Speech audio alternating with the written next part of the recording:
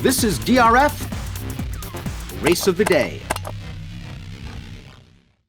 Hi, everybody. Dan Illman, Mike Beer, the DRF Race of the Day for Friday, May the 28th. Race number 4 at Penn National, graded stakes action. Let's throw up the field for the Penn Mile. 3-year-olds going 8 furlongs on the weeds. It's a grade 2.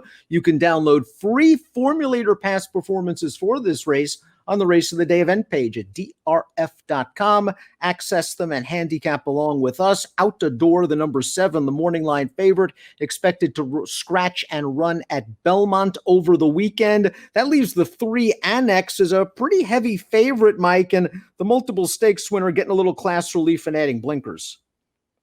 Dropping out of a tougher race on Kentucky Derby Day down at Churchill Downs, as is the 4 Chess's Dream, Dan. They're dropping out of the same race in here. I'd be surprised if they were this far apart in the wagering, but maybe they will be.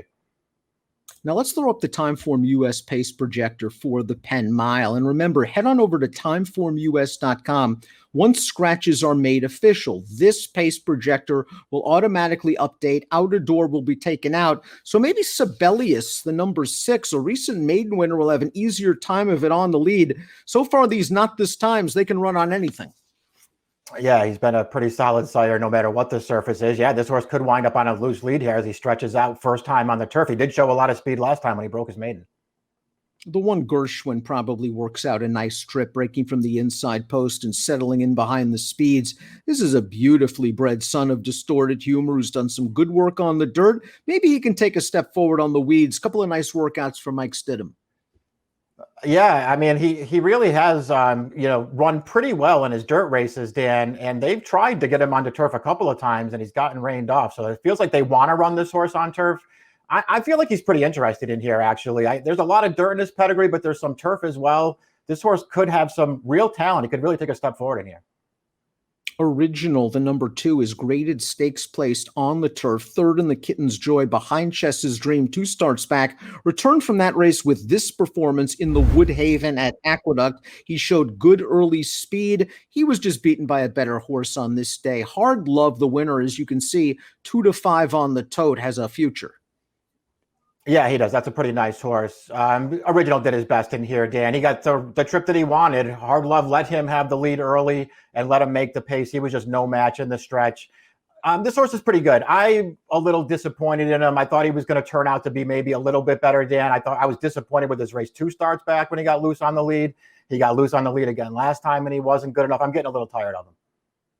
Annex is the number 3 for Bill Mott. Again, blinkers are on. He's a multiple stakes winner. The beaten favorite last time out in the grade 2 American turf.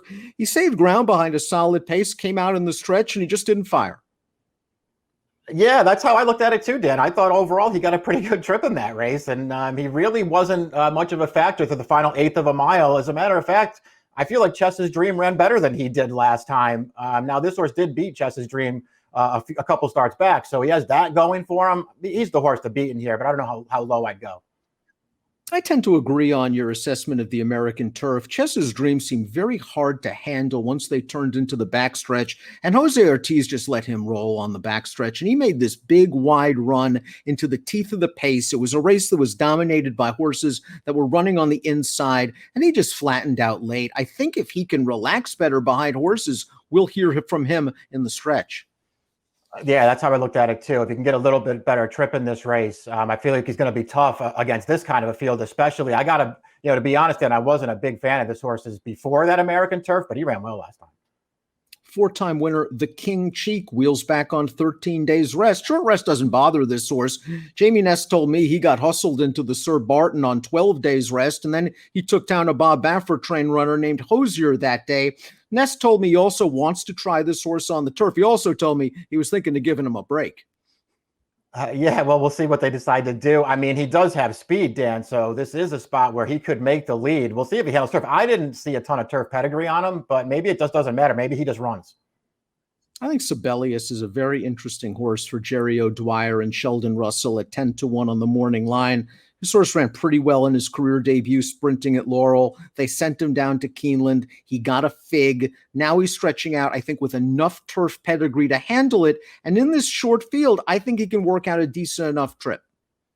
Yeah, the trip could be key for him, and maybe he'll just get a good one and be competitive in here. He will be competitive if he transfers his dirt form over, Dan. We'll see if he can do it. I don't know. As you mentioned in the Open, the Not This Times feel like they can run on anything. He's been a very good early sire. There's not a lot of turf on the dam side, however. This dam's had 3 or 4 other foals to race on the turf. They're 1 for 19 combined on the surface. I'm going to be a little surprised if he's as good on turf as he is on dirt, but we'll see. Let's take a look at our top pick for the Grade 2 Penn Mile. We're not going to get 5-1 without a door out of there, but I do think Chester's Dream might go off a solid second choice, and I do think he ran very well last time out. This pace could heat up, and he should be running at the end. Yeah, that's how I looked at it too. I mean, again, I wasn't a huge fan of his before that American Turf last time, but I thought this horse ran really well last time, and he's not. He maybe he won't be 5-1. He's not going to be the favorite in here, so I'll take him over Annex. 4-1, 2 and 3 for Mike, 4-6, 3 and 2 for me. It's the Friday race of the day, the Penn Mile. Good luck.